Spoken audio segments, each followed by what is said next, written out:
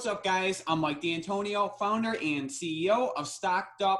Welcome back to the Stocks with Mike and Tom show. In this episode, we're going to be covering a $13.6 million options trade for tomorrow. We're going to be going over our stock watch list for tomorrow and all the important news that came out today. And we're just going to be doing some predictions and analysis on the stock market. As always, if you guys are new here, don't forget to hit that subscribe button to see our daily videos on your YouTube homepage every single day. So with that being said, Tom, what happened in the stock market today? Yeah, really, the Dow gave up a lot of its gains today. As we can see, the S&P 500 did as well. And really, the U.S. lawmakers cooled hopes that further stimulus would be rolled out quickly. And pretty much Senate Majority Leader Mitch McConnell reported that he does not expect the bill, which includes new money for the Paycheck Protection Program, which is the PPP loans that they're giving a lot of small businesses and businesses. It seeks to extend the program by at least 6 months, would be rolled out within the next 2 weeks. So he does not expect it will be within 2 weeks. Obviously they're going to have to delay it a lot. There's going to be a lot of negotiation going on, and that could also send the markets into free fall because there's going to be a lot of fighting going on within Congress. For sure. I mean, there's a lot of different factors right now that are affecting the market. One, we have the overextension of tech stocks, so we have the tech stocks running up.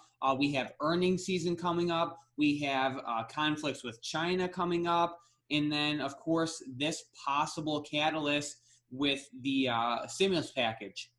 Yeah, Snapchat really plunged hard. They ended up falling 11% in after hours. We can see that they had the initial plunge, and like most tech stocks do, they kind of popped right back up and then kind of consolidated in the middle as usual. We saw Netflix kind of do this the other day as well. And, it's a very weird thing to see Snapchat fall this much. The company's net loss grew to $326 million, up nearly 28% from $255 million last year, which is a big rise in a loss for a company. That's obviously why they have this initial negative volume. And the big thing is that this play was an earnings play, so a lot of people who got in with puts yesterday still might not win because of how much they ended up coming back in after hours. I actually got a couple puts myself, and I'm a little worried right now that the options pricing is going to go against me and the IV is going to tank it open, and I'm actually not going to win, even though I got puts and obviously picked the right direction. Right. So going back to that time, like you said, it looks exactly like the Netflix play. Netflix took a big gap down last week on their earnings, but they came back up in the middle of the market. And that's kind of what Snapchat is reminding me of right now. And I expect the same thing with all of these tech stocks, like even stocks like Microsoft and maybe even Tesla. So Tesla is going to be a little bit different though, but especially Microsoft, I'm kind of feeling like the same type of setup that we saw with Snapchat and Netflix. We'll see though, but like Tom said, you have to be very careful with these earnings plays because you can predict the direction correctly, but you can still lose money due to options pricing. So pretty much if market makers are expecting a 15% move to the upside or the downside, and let's say you buy calls, right, and the stock only goes up by 7%, then you'll lose money because everyone is expecting a 15% move. So keep that in mind.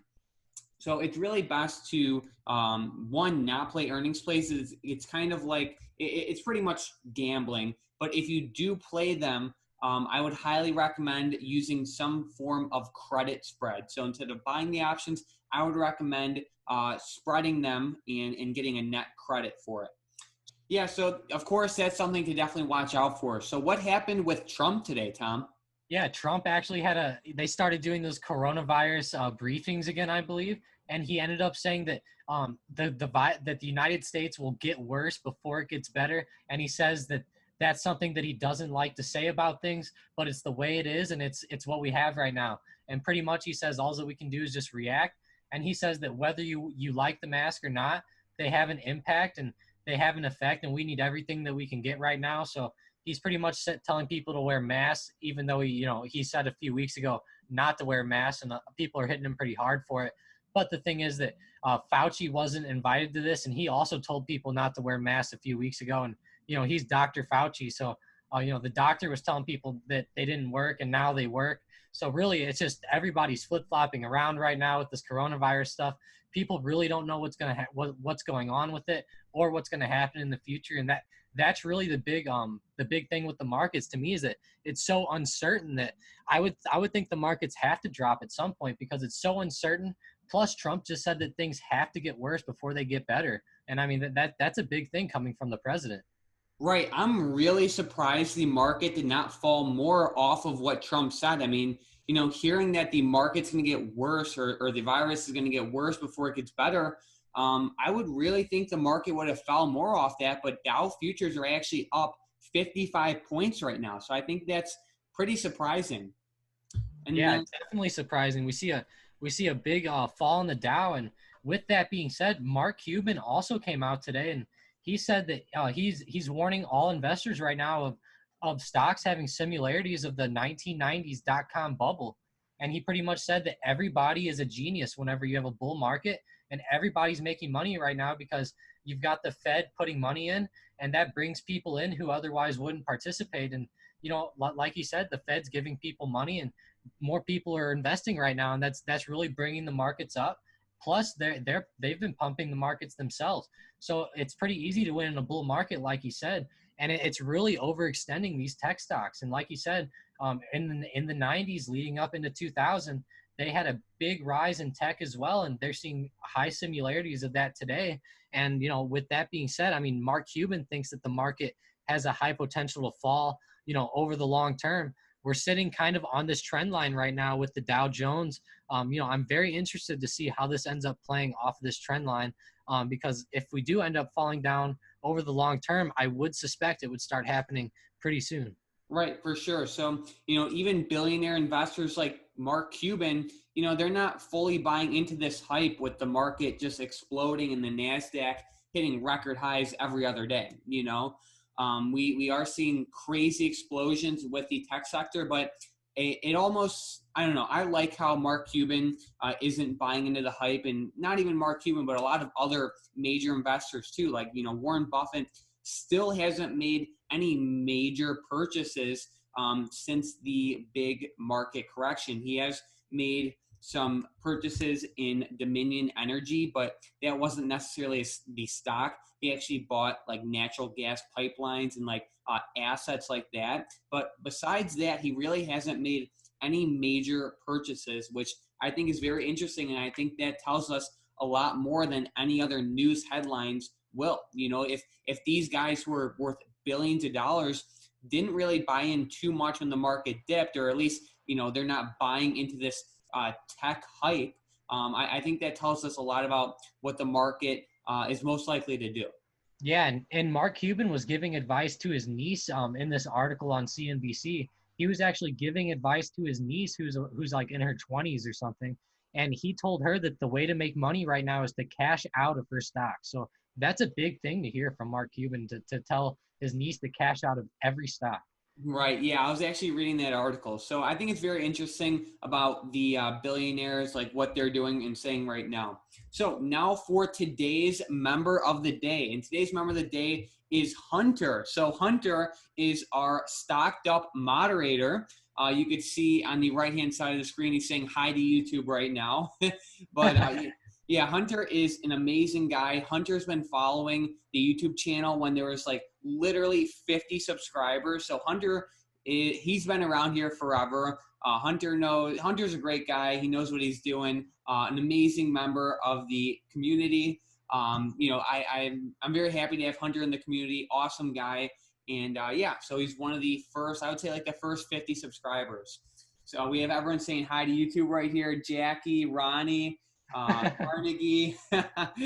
All right. So now for the momentum plays for today. So the first one is we have CVX. Chevron had an amazing day today, up over 7%. So Tom, what levels should we be watching for CVX for tomorrow? Yeah, for CVX, really watch them to pop above $92. I really love this setup, and oil killed it today. Yeah, absolutely. Oil did, but also oil stocks, Chevron, ExxonMobil. There was a ton of them. OXY did amazing. So the oil stocks did very well today. So wait, what levels were you saying we were watching again? $92 on CVX. All right, 92. So if it breaks above that, we'll be looking at CVX to the upside. With the next play, we are looking at WFC. Yeah, WFC has some great technicals going on right now on it. I'd watch for them to go ahead and break above 2650. It looks like they're having a great run in after hours right now off of this trend line. Yep, 2650 to the upside. With the next play, we have Nike, NKE. Yep, Nike, go ahead and watch for them to pop above 99 even. All right, so if it breaks above 99, we will be looking at Nike to the upside. And last but not least, we have Apple, and this play is potentially to the downside. Yeah, watch for Apple to go ahead. I would honestly watch for it to fall below the lows a couple days ago. I'd watch for them to break below like 383. All right, so 383 is the one level that I would say like that'd be like more of like a swing, but Yeah, that would be a longer level to watch. Like a stock like Apple, we couldn't really expect it to fall that much within one day. If you're looking on an intraday level, I'd look more for like 387 for it to break. awesome. So yeah, if Apple breaks below 387, we will be looking at Apple to the downside, but only if and only if it breaks below 387. So you have to wait for it to break before potentially playing it. So awesome momentum plays for today. We have Chevron, WFC, and Nike to the upside, and Apple to the downside. Only if they break the levels we list. So now it's time for the 13.6 million-dollar options trade for tomorrow. And we are looking at the Apple 395 strike calls that expire this week, July 24th. So it's $13.6 million put into this play. We are looking at the 395 strike call. So it really looks like the people behind this trade, it really looks like they are shorting these options. So that does not mean to buy Apple 395 strike calls. If anything, it looks like you might want to buy puts on Apple. So it's hard to say right now. I am completely neutral on Apple right now. I don't necessarily think it's going to go up tomorrow, and I don't necessarily think it's going to go down. Right now, I'm neutral. We had the momentum play on it, where if it breaks below 387, it would be good to the downside. However, we have we have a total amount of about $13.6 million put into the 395 strike calls. So pretty much with options, you could buy options or you could short options. Just kind of like stocks, if you buy an option, you want the option to go up. If you short an option, you want the option to go down. So we don't know if they are actually buying these options or they are shorting them. So it's hard to tell on exactly what Apple's going to do tomorrow. Really, the biggest thing you would want to watch out for is you're going to have to just kind of play it by ear in the morning. But since there was there was $13 million put into the play, and we're looking at the 395 strike calls, if anything, I would be pretty neutral or slightly bearish on Apple. I'm not too heavy in either direction, but to see a lot of this call volume being out of the money and expiring in 3 days, if anything, it makes me kind of feel like they are shorting these options. Yeah, I think so too. And I think it's going to be pretty hard for Apple to go ahead and pop above that $400 price level. I think that's going to be a big level for them to go ahead and break. I think it will take some consolidation to the downside before they break that level. I went ahead and posted it at the top of my chart here. I really like that level. I think that they will have trouble breaking it.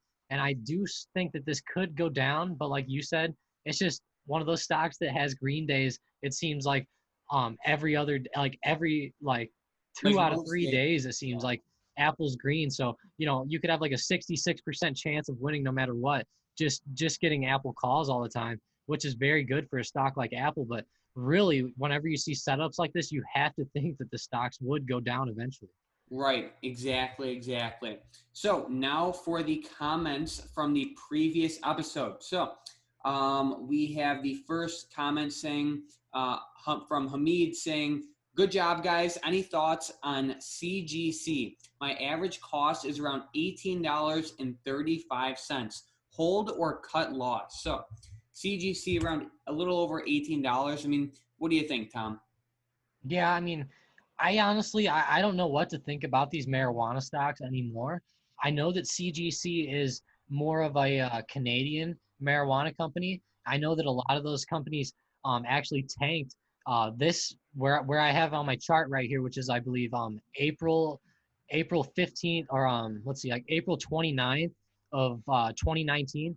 That actually would be the day that Canada legalized marijuana, and whenever that happened, the marijuana stocks just tanked, and I don't know why that happened to them. But I'm wondering if that could be the same thing happening in the United States with U.S. marijuana stocks as well. But for a long-term rise on CGC, I think you got it at a very good low price point. The thing is that it's just one of those stocks that you're looking at. It's just going to be a 50-50 right now. If it's going to go up or down for the long term, nobody really knows right now because it's fallen so much, and the sector overall just it can't do much right now with the coronavirus going on. Once this ends, I would expect marijuana maybe to gain more traction, but for right now, I'm kind of neutral to bearish on it still. Yeah, so I'm kind of in the same boat as Tom. It just really depends. Like it's hard to say right now with the huge downtrend, but if you're holding for the long term, then it probably wouldn't be a horrible hold. It really depends. I wouldn't label this as a safe play. It's definitely like a high risk, high reward type play. With the next comment, we have Mike saying, watch the channel a lot of times, and I felt confident about AZN, but it has gone down ever since I got in.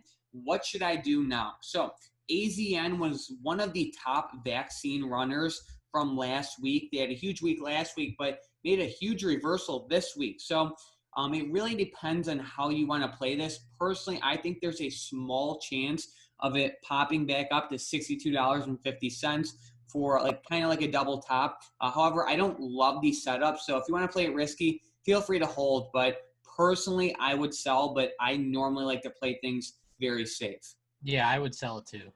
Yep. So with the next comment, we have details saying, thanks guys for the video. The NKLA puts you guys talked about are doing great. Thanks again. I'll send you your cut. LOL. Yeah, so I haven't even checked NKLA today. Oh, wow. They're They up. actually kind of consolidated back up, but after a drop like we saw the other day, that's kind of expected a little bit. Yeah, I mean, they saw a 20% fall yesterday. So, yeah, awesome job. With the next comment, we have Singh saying, great video. Do you think I should jump in on an Amazon call for tomorrow? So, Amazon had an amazing day yesterday. They pulled back today, and it looks like they are having a lot of issues breaking above that $3,250 level.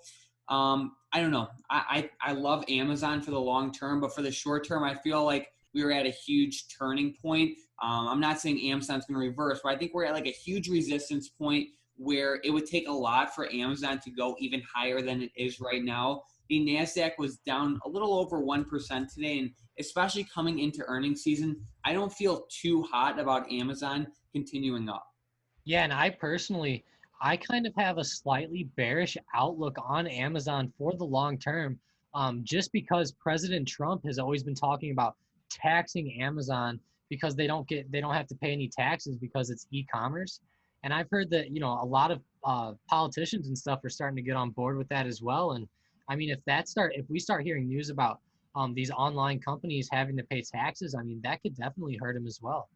Yeah, I feel like if anything, like I think that would be like a short-term bump in the road. I don't really see anything stopping Amazon for the long term unless they get like broken up because of like the monopoly issue.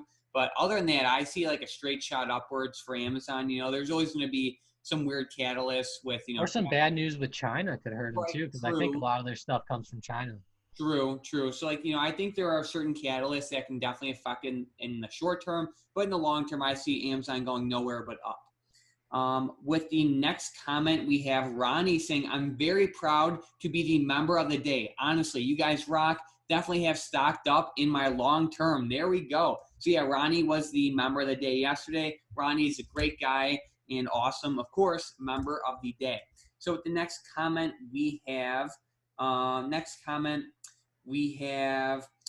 Sam saying, what do you think about UAVS? So let's take a look. UAVS.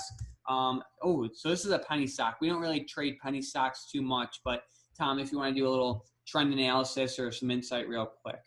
Yeah, it looks like they actually had a wicked bounce off the 1000 SMA on a daily chart and then just tanked afterwards. So really, if you're going to play it to the upside, I'd watch for it to break this high of like $4. If it breaks $4, maybe I would play it on a run up from like $4 to $5. But other than that, I would not touch this stock at all. If you're looking to get in for the long term, I mean, it's definitely going to be a huge risk. I mean, if you get in for the long term, I would definitely only put money on this that you're willing to lose. Yep, for sure. And then with the last comment, we have Kevin saying, what are your thoughts on Disney for this week specifically? So I'll let you cover this one. Yeah, Disney, I think it looks pretty good to the downside still.